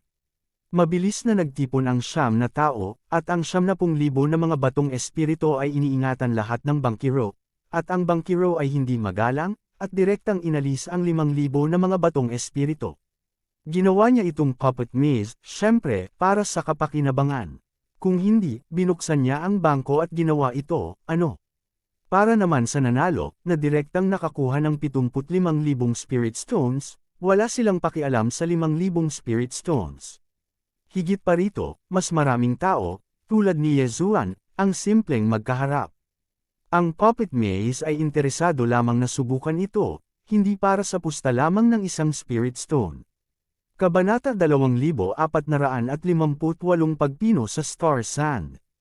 Ang pangunahing paraan ng pagpapatakbo ay ipinaliwanag ng dealer, at kahit na hindi mo kailangang ipaliwanag ito, mauunawaan mo ito pagkatapos itong makita ng isang beses.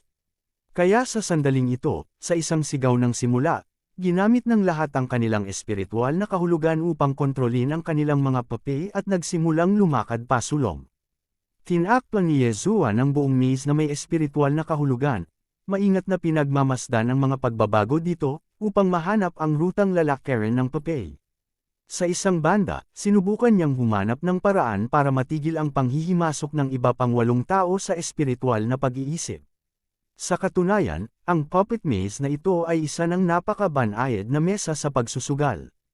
Ang mga espiritual na pandama ng 9 na tao ay hindi aatake sa iba. Gayunpaman, kung ang 9 na espiritual na pandama ay natipon sa maliit na maze na ito, hindi maiiwasang maapektuhan nito ang isa't isa.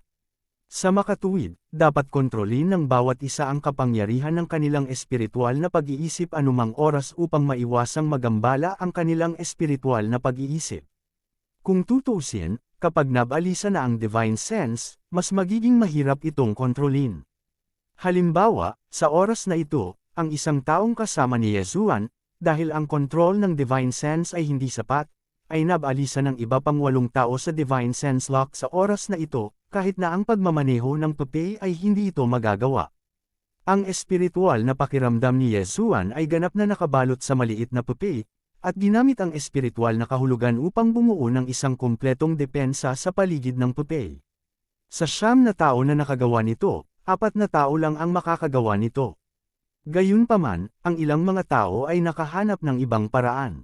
Sa oras na ito, mayroong isang tao na ginawang galami ang kanyang espiritual na kahulugan at pinalibutan ang kanyang pape, at ang mga galami ay may kakayahang makakita. Kapag naramdaman na nila ang panghihimasok ng iba pang espiritual na pandama, agad silang magiging isang kalasag ng espiritual na kahulugan, upang ipagtanggol. Ang bentahe ng paggawa nito ay ang paggamit ng espiritual na kahulugan ay pinalaki, at walang pag-aaksaya ng espiritual na kahulugan. Gayunpaman, kung gusto mong gawin ito, hindi ito magagawa para sa lahat. Masasabing ang pagmamanipula ng taong ito ay nangangailangan ng lubhang kakilakilabot na mga kinakailangan para sa micro-operation ng espiritual na kahulugan. Ang bawat isa sa 9 na tao ay naglabas ng kanilang pinakadakilang kakayahan, na nag-crack ng maze habang minamanipula ang mga puppet para sumulong. Sa oras na ito, walang sinuman sa nakapalibot na microcosm ang namagitan. Pagkatapos ng lahat, dahil narito sila upang maglaro, alam na alam nilang lahat na sa puppet maze na ito, kailangan nilang maging sobrang puro. Halos lahat ng iniisip ni Yesuan ay nakatuon sa puppet labyrinth, at mabilis niyang binasag ang labyrinth sa kanyang isipan upang makahanap ng paraan palabas. Ang maliit na pupe ay natisod din ng hakbang-hakbang. Inabot si Yesuan ng kalahating oras bago lumabas sa isang maliit na puppet maze. Ngunit kahit na ganoon, siya ang unang lumabas, at ang bilis ay mas mabilis kaysa sa pangalawang lugar. 75,000 spirit stone ang nasa kamay, ngunit hindi masyadong binigyang pansin ni Yesuan ang bet ng spirit stone, bagkus ay interesado siya sa puppet maze. Dahil minsan lang niya itong nilalaro, halatang naramdaman niyang medyo nag-improve ang kanyang divine sense micro-manipulation. Masasabing hanggat ginagampanan ni Yesuan ang puppet labyrinth na ito isang beses sa isang araw, tiyak na mabilis niyang mapapabuti ang kanyang espiritual na pakiramdam na micro-manipulation. Sayang lang at hindi alam ni Yesuan kung paano gawin itong puppet maze. Kahit na sinubukan niyang bumili ng isa mula sa dealer, hindi nito magagawa ang isang papel sa pagsasanay kung walang grupo ng mga tao na nakikipagkompetensya sa kanya na may espiritual na kahulugan tulad ngayon. Kaya tinalikuran ni Yesuanbian ang ideya na bilhin ang puppet na labyrinth na ito para sanayin ang micro-manipulation ng espiritual na kahulugan. Pagkatapos maglaro ng puppet maze, nagpatuloy si Yesuan sa paglalakad. Hindi nagtagal, nakatagpo siya ng isa pang kakaibang gaming table. Hindi alam ng dealer na ito kung saan kukuha ng malaking halaga ng mga espesyal na mineral na tinatawag na xingsha. Ang star sand na ito ay ginagamit upang pinuhin ang mga magic na armas o isang bagay, ngunit ito ay talagang hindi masyadong kapaki-pakinabang. Gayunpaman, si Han Xingsha ay may napaka-espesyal na katangian, ibig sabihin, ito ay napakahirap pinuhin. Sa pangkalahatan, gagamitin ng mga refiner sa God Realm Continent ang star sand bilang material para sa pagtatasa ng grado. Siyempre, ang Han Xingsha ay namarkahan din, at ang Han Xingsha sa gaming table na ito ay talagang ang pinakamataas na pag-iral. Ang mga patakaran ng mga laro sa mesa ay napakasimple. Ang buhangin na naglalaman ng bituin ay nahahati sa pantay na bahagi. Kung sino ang makakakuha ng kapangyarihan ng mga bituin ng mas mabilis ay mananalo. Siyempre, kung ang oras ay halos pareho, ito ay nakasalalay sa kadalisayan ng pinong kapangyarihan ng bituin. Ang pagpino ng buhangin na naglalaman ng bituin ay isang pangunahing kasanayan na maaaring makabisado ng bawat tagapagdalisay, kaya tiyak na may mga taong gustong subukang hamanin ito. Kahit na malinaw na alam nila na dahil ang taong ito ay nang ahas na ibaba ang mesa ng pagsusugal, ipinapakita nito na siya ay may malakas na kumpiyansa sa pagpino kay Han Xingsha. Halika, sino ang gustong sumubok? Ang pagpino sa buhangin na may bituin ay ang pangunahing kasanayan ng bawat tagapagdalisay. 2 kopya ng buhangin na naglalaman ng bituin, kung sino ang mauna sa pagpino ay siyang mananalo. Ang minimum na taya ay 100,000 spirit stones, na handang subukan ito. Kung manalo ka, magbabayad ako ng 2 beses. Ang dealer ay nanalo muli sa tagumpay, at masayang inilagay ang napanalo ng spirit stone sa kanyang Qiankun ring, at pagkatapos ay sumigaw muli ng malakas. Si Yesuan ay palaging binibigyang pansin ang mga aksyon ng bankero. Gayunpaman, ang taong ito ay hindi nanloko, ngunit ang paraan ng pagkuha ay napaka-espesyal. Ito ay hindi isang maginoo na paraan ng pagkuha, ngunit isang kakaibang paraan. Kasama si Yesuan, maliban sa bankero, natatakot ako na ang iba ay hindi komportable sa panunood lamang. Ang bawat aksyon niya ay tila sadyang lumalabag sa batas ng pagpino, at ang bawat aksyon ay tila napaka-bold, at parang ang taong ito ay hindi nagpipino ng mga materyales, ngunit naghahanap ng kamatayan. Li Wo, Zuan Wu, patayin ang apoy, tahimik na apoy, sunog ng pagnanakaw. 5 ganap na magkakaibang nagpapadalisay na apoy, ngunit ang taong ito ay pinilit na pagsamahin ang mga ito sa isa. Hindi pa banggitin ng ibang tao, kahit si Yesuan ay hindi magawa ito sa tulong ng system. Ang pagsasanib ng 5 apoy ay hindi gaanong simple, dahil ang 5 apoy na ito ay hindi simpleng apoy. Nang maglaon, nang ang taong ito ay nagpino, siya ay lubhang matapang at malakas ang loob. Halos sa bawat pagpino niya, hihinto lang siya kapag naabot niya ang kritikal na punto ng lakas. Ikinahihiya ni Yesuan ang kapangyarihan ng kontrol, hanggat ang taong ito ay medyo mabagal, ito ay nakatakdang sirain ang buong proseso ng pagpino. Gayunpaman, pinagkadalubhasaan lang niya ang maselang sandaling iyon. Henyo, nagbigay ng pagsusuri si Yesuan sa sandaling naisip niya ito, ngunit sa parehong oras, bigla siyang nagising sa kanyang puso. Kung matatawag siyang henyo sa Demon God Realm, hindi ba malamang na ito ang magiging anak ng Diyos? Nakatutok ang mga mata ni Yesuan sa taong iyon, ngunit hindi siya sigurado. Pagkatapos ng lahat, walang espesyal sa taong ito. Tahimik na isulat ang taong ito, at pagkatapos ay mag-iwan ng napakalihim na espiritual na marka sa taong ito. Maya-maya, umalis si Yesuan sa mesa ng pagsusugal. Kung ang taong ito ay isang banal na anak, gusto ni Yesuan na makita kung makakakuha siya ng kapakipakinabang na impormasyon mula sa kanyang bibig. Siyempre, ang lahat ay hindi pa rin alam ngayon. Kung ito ay ang banal na anak o hindi ay malalaman lamang pagkatapos itong masubukan ni Yesuan. Bagamat isa lamang itong first level na lugar, kakaiba ang mga trick ng pagtaya, at iba ang mga taya. Dito, basta ito ay isang taya na maglakas loob kang buksan, may maglalakas loob na kunin ito. Nakita ni Yesuan sa kanyang sariling mga mata ang isang lalaking nagsusugal na may pulang mata, at talagang inilagay ang kanyang buhay dito. Bilang isang resulta, siya ay natalo, at pagkatapos ay natataka ng isang marka ng alipin. Siyempre, hindi masyadong inisip ito ni Yesuan Ding sa oras na ito, nagpatuloy lang siya sa paglalakad sa sarili niyang paraan, hanggang sa makarating si Yesuan sa isang medyo malaking mesa ng pagsusugal. Kabanata 2459 ang pagsusugal ay buhay. Ang mesa ng pagsusugal na ito ay sumasakop sa isang malaking lugar, at ito ay napapalibutan ng isang bilog ng atik.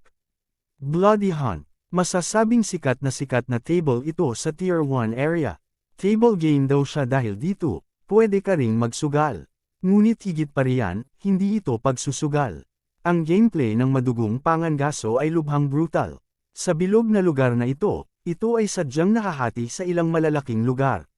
Sa bawat oras na ito ay binuksan, ito ay maaaring isang labanan lamang sa pagitan ng 2 lugar, maaaring 3, 4, o higit pa. Multi-zone santukan. Marami ring paraan para maglaro. Maaari kang umalis sa field at patayin ang mga nilalang sa iyong kalooban, o maaari kang pumili ng isang lugar, at pagkatapos ay ayusin ang iyong mga tropa na umatake sa ibang mga lugar ayon sa iyong sariling kagustuhan. Sa kasamaang palad, nang makita ni Yesuan ang lugar na ito, muntik na siyang magalit. Ang mga tao ay lahat ng lahi ng tao. Sa lugar na iyon, kahit saang lugar, lahat sila ay nakakulong na mga lahi ng tao. Ang mga lahi ng tao na iyon ay maaaring panatilihing bihag ng mesang pagsusugal na ito sa loob ng maraming henerasyon. Pagkatapos ng labanan sa pagsusugal, mayroong hindi bababa sa 10,000 tao. Nawalan ng buhay, ngunit malapit ng mapunan. Nang dumaan si Yesuan, isang divine beast ang naging katawan nito at pinatay hanggat maaari sa field. Sunod-sunod na pinaghiwa-hiwalay niya ang sangkatauhan, para siyang kumakain ng prutas. Hinawakan niya ang isang sikat na lahi ng tao sa kanyang kamay at kinurot ito hanggang sa mamatay. Ang matingkad na pulang dugo ay parang isang masarap na inumin, at bigla niya itong nilunok. Ang walang prinsipyong tawa ng iba pang mga banal na hayop ay maririnig sa paligid. Ang mga atik na ito, marahil sa mga mata ng mga lahi ng tao, ay hindi makakamit at nakakatakot, dahil sa tuwing bababa ang mga tao mula sa mga atik na iyon, sila ay maghahadges ng madugong bagyo. Si Yesuan ay talagang ayaw maghanap ng mga bagay. Ang pangunahing layunin ng kanyang pagpunta dito ay upang makapagpahinga at makapagpahinga ng ilang araw. Pero saan mo alam na ayaw niyang maghanap ng mga bagay, pero kailangan siyang hanapin ng mga bagay. Hakbang-hakbang, diretsyong naglakad si Yezuan patungo sa posisyon ng bangkiro. Hurrah! Maraming mga espiritong bato ang ibinuhos, tulad ng isang burol, at sa kabilang panig, mayroong isang bangkos ng iba't ibang mga mapagkukunan. Mukhang tuwang-tuwa ang dealer, at agad na tumakbo at tinanong si Yezuan, "Mahal na panauhin, hindi ko alam kung paano mo gustong maglaro." Hindi napagtanto ng lalaki ang galit sa puso ni Yezuan sa oras na ito, at naisip na narito si Yezuan upang magsaya, kaya natural na siya ay sobrang masigasig. Sa malamig na mukha, nagtanong si Yezuan sa malamig na boses, "Pwede mong laruin ang kahit anong gusto mo dito." "Siyempre, distinguished guests, basta gusto mong maglaro, we can provide it." Napakagaling. Pagkatapos magsalita ni Yezuan, iwinagayway niya ang isa pang 10 sinaunang mapagkukunan sa tumpok ng mga spirit stone. "Ginagamit ko ang mga ito bilang isang taya. Ang sino mang gustong makuha ang mga espiritual na bato at mapagkukunang ito ay lalapit at lalaban sa akin. Kahit na buhay o kamatayan, talunin mo ako, ang mga mapagkukunang ito ay sa iyo lahat." Ang pangungusap na ito, sinabi ni Yezuan sa lahat ng nandito. Dahil sa puso ni Yezuan, napagpasyahan na ang mga taong ito ay karapat-dapat na mamatay. Siyempre, narinig din ng banal na hayop sa parang ang pangungusap na ito. Sa oras na ito, inalis nito ang pangunahing katawan nito, naging tao, at gulat na tumingin sa tumpok ng mga espiritual na bato at mapagkukunan. Marahil ay milyon-milyong mga espiritong bato, ngunit ito ay pangalawa, ang susi ay ang 10 sinaunang yaman, masasabing walang sinuman ang hindi naiinggit. "Nandito ako anak, sugal ba ang ministeryo, paglalaruan ka ni Lolo?" Napasigaw ang mayabang at mayabang na Diyos ng halimaw sa parang. Sa katunayan, nakita na niya na ang lakas ni Yezuan ay umabot na sa high-level God Emperor realm. Gayunpaman, isa rin siyang 5th grade high-level God Emperor realm, kaya walang dahilan para matakot. Hinihintay ni Yezuan ang pangungusap na ito, hanggat nang ahas siyang lumaban, hindi siya pababayaan ni Yezuan. Ito ang Bloody Seven Nights, at natural na hindi manggahas si Yezuan na gumawa ng gulo. Ngunit dahil sinasabing ito ay isang paraan ng pagsusugal, kung gayon ito ay isang legal na pagpatay. Biglang tumalon si Yezuan sa arena, nahubad na ang Divine Sword, at nang hindi binibigyan ng pagkakataon ng Divine Beast na magsalita, direktang pinatay niya ito. Pagsira sa Diyos, isang espada lang, nahati na sa kalahati ang banal na hayop. At kahit nahatiin ito sa 2 bahagi, hindi pa rin nasisiyahan si Yezuan. Sa pamamagitan ng isang kumpas ng kanyang kamay, ginawa niyang libu-libong piraso ang bangkay ng banal na hayop. Itinaas ni Yezuan ang kanyang kamay, direktang nagtanong sa mga hayop sa atek, "Sino ang susunod?" Tuldok, tuldok, tuldok. Bagamat binaril at pinatay ni Yezuan ang isang Divine Beast, hindi niya tinakot ang ibang mga Divine Beast. Pagkatapos ng lahat, sa Demon God Realm, ang pagpatay ay mas karaniwan kaysa sa Kunlun God Realm. Sa oras na ito, naglabas si Yezuan ng napakaraming mapagkukunan, paanong ang mga halimaw na iyon ay handang umalis. "Hayaan mo ako." Biglang nahulog sa parang ang isang mythical beast, at pagkalapag na nito ay agad itong naging katawan, ngunit isa itong kakaibang malaking ibon.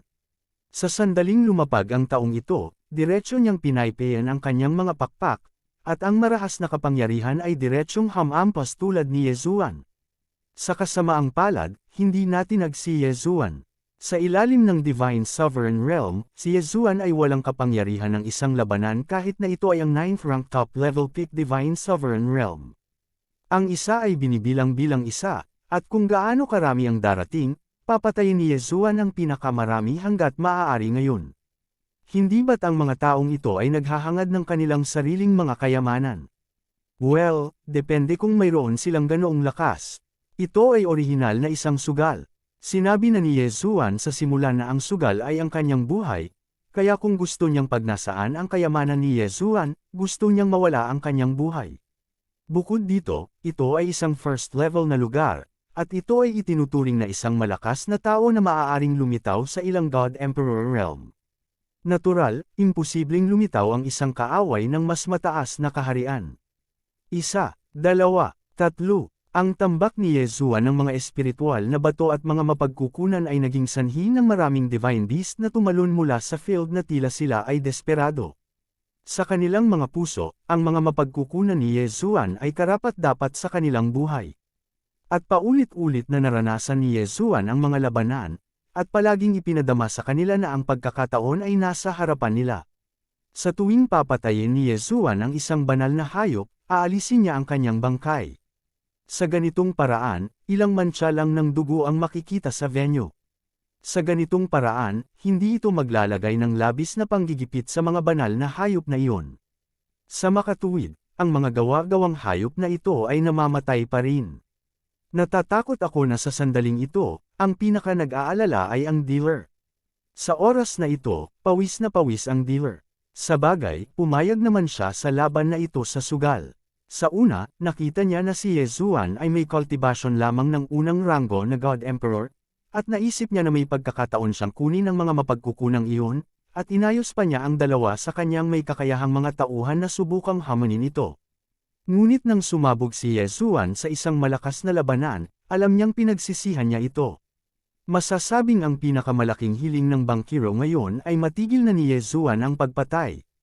Kahit na ang laban sa pagsusugal ay voluntaryo, ngunit napakaraming tao ang nahulog sa kanyang talahanayan ng pagsusugal, kung gayon ay hindi na niya nanaisin na magpatuloy sa negosyo sa hinaharap. Bukod dito, ang bawat talahanayan ng pagsusugal ay talagang mayroong tagapagpahiwatig ng kamatayan. Kung ang tagapagpahiwatig na ito ay lumampas, pagkatapos ay ang higanteng puting higanti ay mamagitan.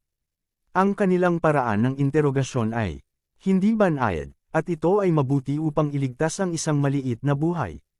Sa oras na ito, ang bangkero ay tumingin kay Yeshua na nakatayo sa bukid at pumapatay, at sa wakas ay hindi na nakayanan, at lumuhad ng diretsyo sa harap ni Yeshua. Senyor, nakikiusap ako na huwag mo akong patayin. Ang maliit ay handang bumawi sa iyong pagkawala.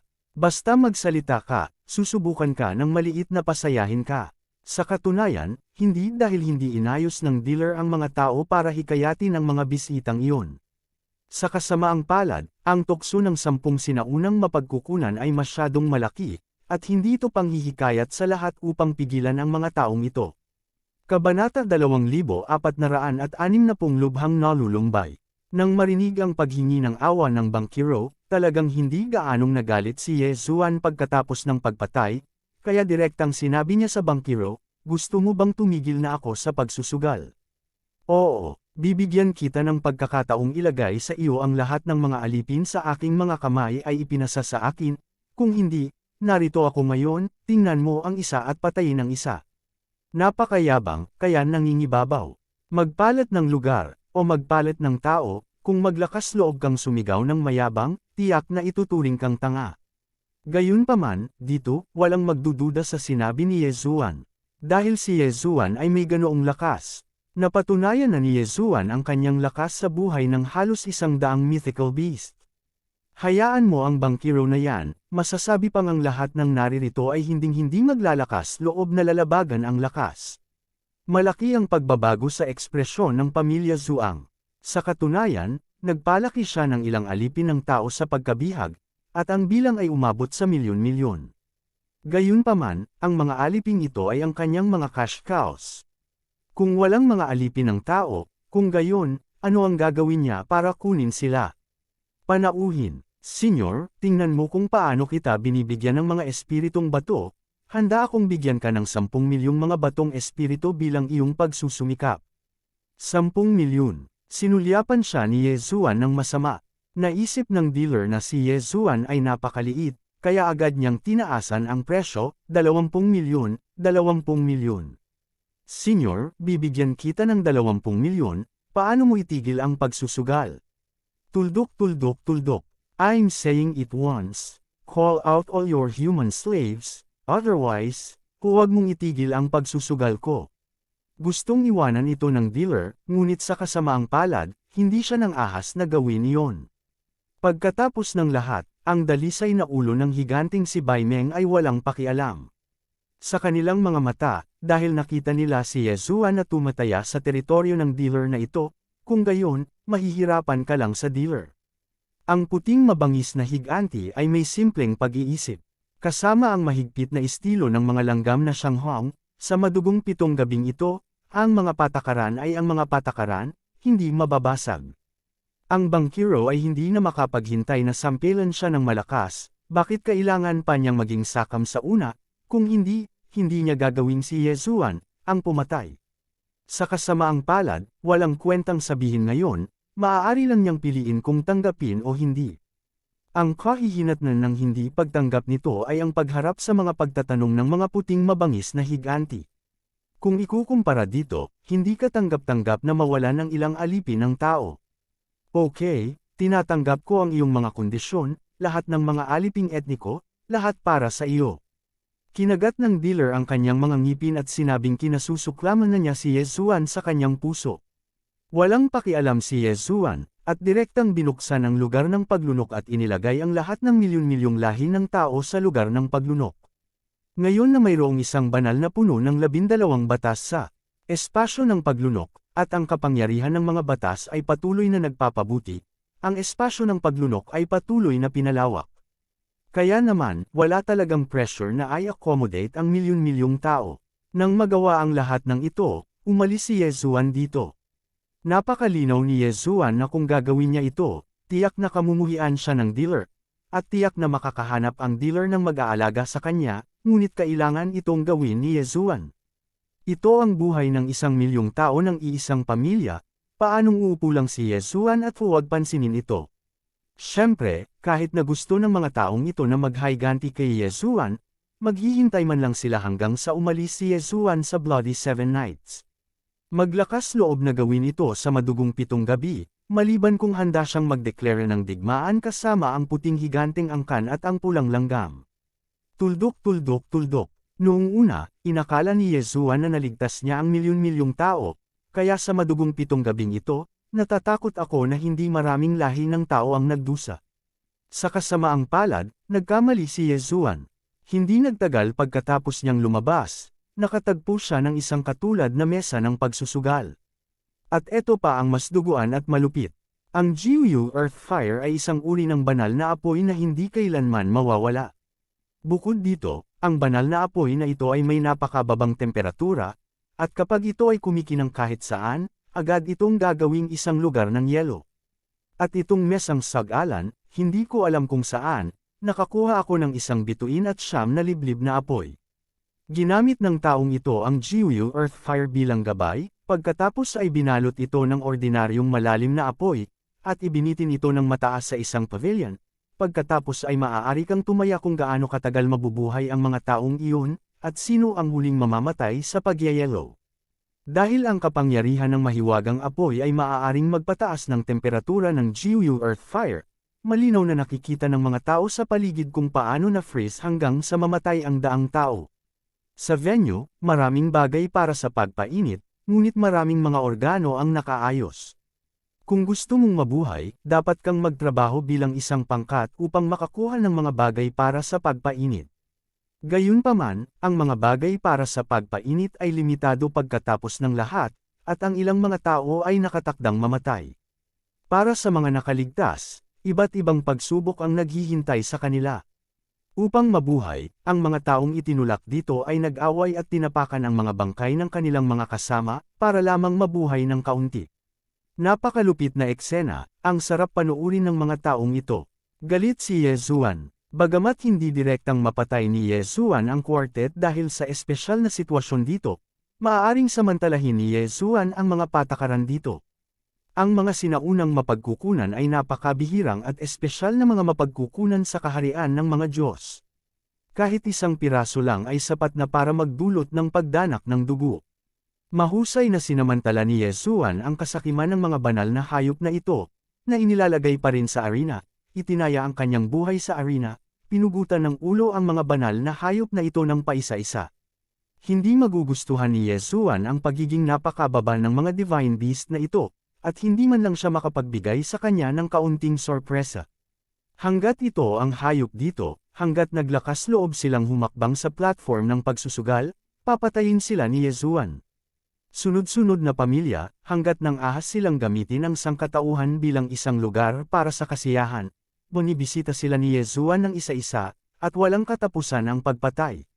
Sa loob lamang ng 3 buwan, ang bilang ng mga divine beast na namatay sa ilalim ng mga kamay ni Yesuan ay malamang na hindi bababa sa 10,000, at ang sangkatauhan na iniligtas ni Yesuan ay umabot na sa 10 milyon. Ang kilalang baliw ay nagsimulang kumalat sa unang antas na lugar ng Bloody Seven Nights, at maraming tao ang nakakaalam ng isang lalaki na dalubhasa sa pagsusugal. Ang taong iyon ay may hawak na isang higanting espada sa kanyang kamay at gumagamit ng banal na busog paminsan-minsan, at sa bawat labanan, hinding-hindi siya maiiwan na buhay. Nagkusa ang taong iyon na maghanap ng hamon, at sa tuwing humahamon siya, ginamit niya ang mga sinaunang mapagkukunan bilang taya. Kung manalo siya, makukuha niya ang 10 sinaunang mapagkukunan. Kung nawala siya, ililigtas niya ang kanyang buhay. Sa katunayan, mula nang umalis sa mga ninuno ng lahi ng unggoy, alam ni Yesuan sa kanyang puso na may dahilan ng lahi ng tao sa Demon God Realm. Siguro kung nais mong ganap na malutas ang problemang ito, mahahanap mo lamang ang ugat. Ngayong pinapatay na ni Yesuan ang quartet, ito ay isang napaka-hindi matalinong pagpili.